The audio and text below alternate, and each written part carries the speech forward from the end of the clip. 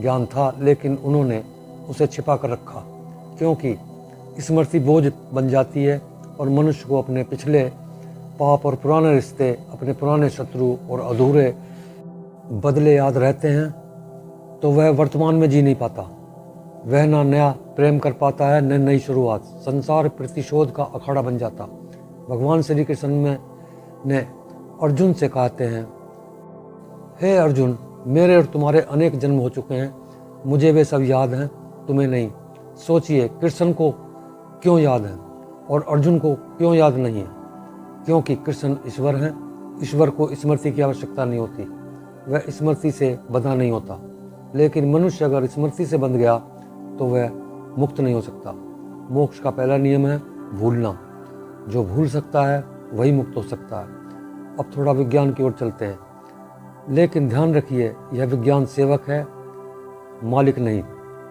आधुनिक न्यूरोसाइंस कहता है कि स्मृति हिप्नोकैम्पस नामक हिस्से में स्टोर होती है। यह हिस्सा जन्म के समय पूरी तरह विकसित नहीं होता है। अब सोचिए, अगर इस जन्म की शुरुआती यादें ही मिट जाती हैं तो पिछले जन्म की यादें कैसे बचेंगी? लेकिन यही बात खत्म नहीं होती। कुछ वैज्ञानिक मानते हैं कि अवचेतन मन में मेमोरी होती है, ऐसी स्मृति जो चित्र या घटना की तरह याद नहीं आती, लेकिन व्यवहार में दिखती है। यही कारण है कि कुछ बच्चों को पानी से डर लगता है बिना कारण, कुछ को आग से, कुछ को ऊंचाई से। श्रीलंका, भारत और अमेरिका से ऐसे सैकड़ों केस दर्ज हैं जहां बच्चों ने पिछले जन्म की बातें बताई। नाम, स्थान, मृत्यु का तरीका जो बाद में सत्य पाई गई। कहा गया है कि अगर हम हर जन्म की स्मृति बनी रहे तो आत्मा कभी कर्म भोग नहीं पाएगी, क्योंकि कर्म भोगने के लिए अज्ञान आवश्यक है। आप जिस परीक्षा में हैं, अगर आपको पहले ही उत्तर याद हो तो परीक्षा का अर्थ ही समाप्त हो जाता है। यह संसार एक परीक्षा है और भूलना इस परीक्षा का नियम है। लेकिन कुछ लोग कहते हैं कि फिर योगी और ऋषि पिछले जन्म को कैसे याद कर लेते हैं? इसका उत्तर भी शास्त्र देते हैं।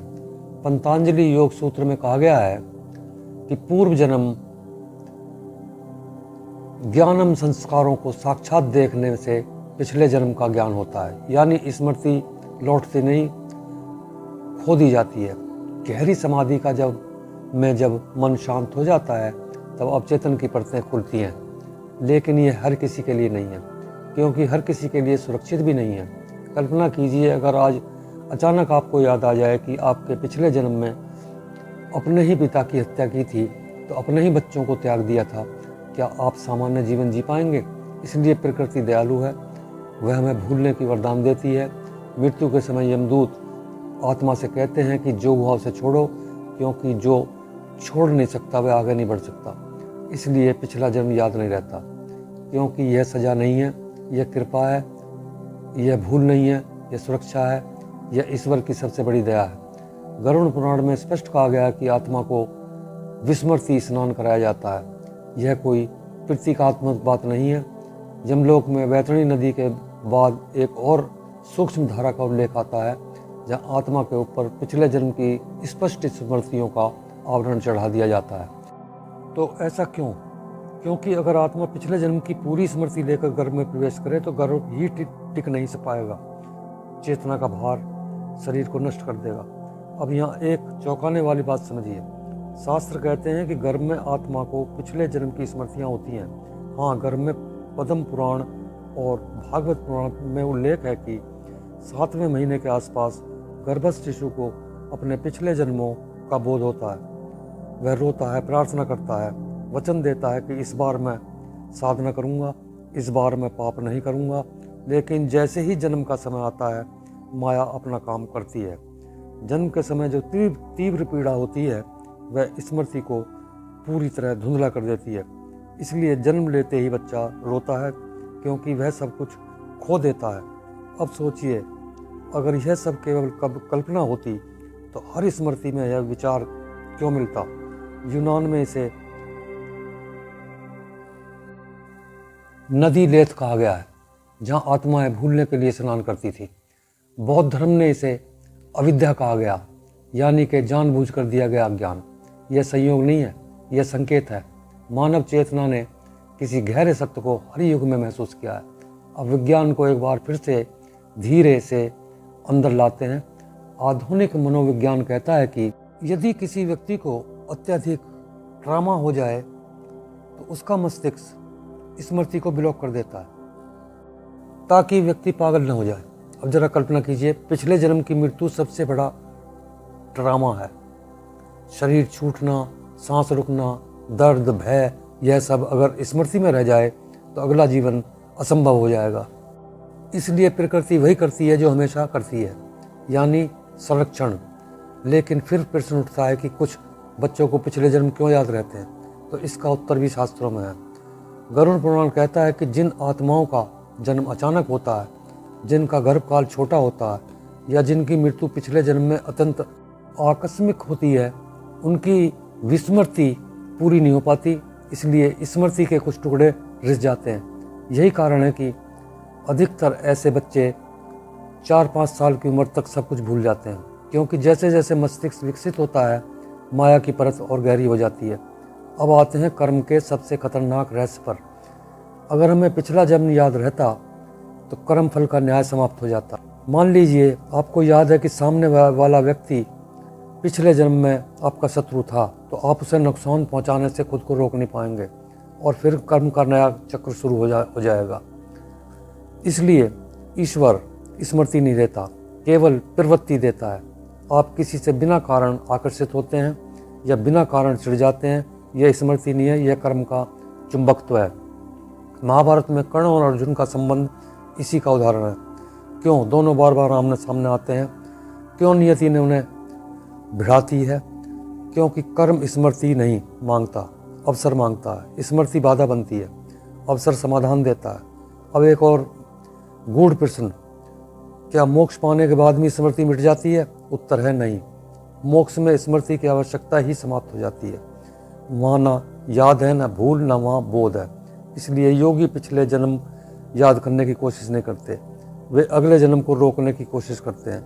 लेकिन आज का मनुष्य उल्टा है, वह जानना चाहता है कि पिछले जन्म में कौन था, क्या राजा था, योद्धा था या साधु था। लेकिन शास्त्र कहते हैं जानने की जिज्ञासा भी बंधन है, क्योंकि जिसने जान लिया वह फिर उसी पहचान में फंस गया। इसलिए बुद्ध ने कहा कि अतीत को मत कुरेदो, भविष्य को मत पकड़ो, वर्तमान को जागरूक होकर जियो। मृत्यु के क्षण को अक्सर लोग अंत समझ लेते हैं, लेकिन शास्त्र कहते हैं वही क्षण सबसे बड़ा द्वार है। वही सबसे यह प्रश्न और भी खतरनाक हो जाता है कि क्या हमारी याददाश्त जानबूझकर मिटाई जाती है? क्या कोई व्यवस्था है? क्या कोई चेतन शक्ति है जो तय करती है कि किसे भूलना और किसे याद रखना? और अगर हाँ, तो वह शक्ति कौन है? गरुड़ पुराण में यम को केवल दंड देने वाला देव नहीं कहा गया, बल्कि धर्म का प्रशासक कहा गया। यम का कार्य सजा देना नहीं, बल्कि संतुलन बनाए रखना है। मृत्यु के बाद आत्मा को जिस लोक में ले जाया जाता है उसे केवल यमलोक कहना अधूरा सत्य है। शास्त्र उसे चितलोक भी कहते हैं। जहाँ आत्मा की चेतना का पुनर्गठन होता है, वहाँ आत्मा से पूछा नहीं जाता कि वह क्या याद रखना चाहती है। क्या स्मृति चुनाव नहीं होती, स्मृति परिणाम होती है। अब ध्यान से समझिए, मृत्यु के बाद आत्मा को उसके कर्म दिखाए जाते हैं, लेकिन उसे वह स्वतंत्रता नहीं दी जाती कि वह उन्हें अपने साथ ले जाए। ऐसा क्यों? क्योंकि स्मृति अगर साथ चली गई तो कर्म फल निष्प्रभावी हो जाएगा। कर्म भोगने के लिए नई दृष्टि चाहिए, ना कि पुरानी कहानी। इसलिए यमलोक में कोई हथियार नहीं है, कोई यातना नहीं है। वहाँ सबसे शक्तिशाली चीज़ है विस्मृति। अब तक शास्त्र का एक कदम और आगे जाता है। तंत्र कहता है याददाश्त मिटती नहीं है, उसे सील कर दिया जाता है, जैसे किसी खजाने को ताले में बंद कर दिया जाए। यही कारण है कि कुछ विशेष परिस्थितियों में यह सील टूट सकती है। गहरी समाधि, तीव्र आघात, मृत्यु के समीप, अनुभवी और कुछ खतरनाक तांत्रिक प्रयोगों से। लेकिन यहाँ चेतावनी है, हर ताला खोलने के लिए नहीं होता। इतिहास में ऐसे उदाहरण मिलते हैं जहाँ लोगों ने अपनी पिछली स्मृति वापस पाई और फिर उनका जीवन सामान्य नहीं रहा। वे वर्तमान और अतीत में फंस गए। ना वे इस जन्म के रहे, ना उस जन्म के। शास्त्र इसे स्मृति विक्षेप कहते हैं, जहाँ चेतना 2 कालखंडों में टूट जाती है। यही कारण है कि प्राचीन ऋषि कहते थे, जिसे मोक्ष चाहिए वह स्मृति नहीं मांगता। अब एक भयावह सत्य सुनिए मित्रों, कुछ आत्माएं जानबूझकर स्मृति नहीं छोड़ती। यह वे आत्माएं होती हैं जिनकी वासना अधूरी रह जाती है। अत्यधिक लोभ, अत्यधिक क्रोध, अत्यधिक मोह, ऐसी आत्माएं भी अगले जन्म में असंतुलित रहती हैं। उनमें एक अजीब बेचैनी होती है, बिना कारण डर होता है, बिना कारण आक्रामकता होती है। यह स्मृति नहीं है, यह अधूरापन है, और यही अधूरापन मनुष्य को बार बार जन्म लेने के लिए मजबूर करता है। अब विज्ञान यहाँ चुप रहता है। नियर डेथ एक्सपीरियंसेस यानी मृत्यु के समीप अनुभवों में लोगों ने बताया कि उन्होंने अपना पूरा जीवन एक पल में देखा। वैज्ञानिक कहते हैं यह मस्तिष्क का रासायनिक भ्रम है, लेकिन शास्त्र कहते हैं यह अभ्यास है। आत्मा को दिखाया जाता है कि वह क्या छोड़कर जा रही है, लेकिन फिर भी वही स्मृति वापस क्यों नहीं आती? क्योंकि उसे देखा गया है कि धारण नहीं किया गया। अब सबसे खतरनाक प्रश्न है कि क्या कोई अपनी पूरी पिछली स्मृति वापस पा सकता है? उत्तर हाँ, लेकिन उसकी कीमत होती है। तंत्र ग्रंथों में कुछ साधनाओं का उल्लेख है जिनमें साधक अपने संस्कारों की परतें खोलते हैं, लेकिन यह मार्ग साधना का नहीं, संन्यास का है। क्योंकि जिसने यह सब याद कर लिया वह संसार में फिट नहीं बैठता। उसके लिए रिश्ते, धन, भय सब अर्थहीन हो जाते हैं। इसलिए ऐसे साधक या तो पूर्ण योगी बनते हैं या मानसिक रूप से टूट जाते हैं। महाभारत में अश्वत्थामा इसका जीवित उदाहरण है। अमर तत्व मिला लेकिन विस्मृति नहीं मिली। स्मृति का भार इतना भारी है कि वह आज भी भटक रहा है। तो यह श्राप क्यों है? क्योंकि याददाश्त बिना मुक्ति के सबसे बड़ा दंड है।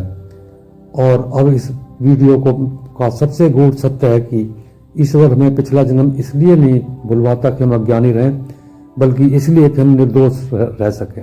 हर जन्म में एक नई संभावना है।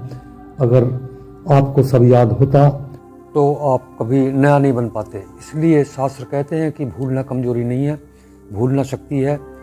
जो भूल सकता है वही क्षमा कर सकता है, जो क्षमा कर सकता है वही मुक्त हो सकता है। तो मित्रों, अगर आपको यह वीडियो पसंद आया हो, अगर आपने चैनल को सब्सक्राइब नहीं किया है तो ज़रूर करें। आपको बहुत बहुत धन्यवाद।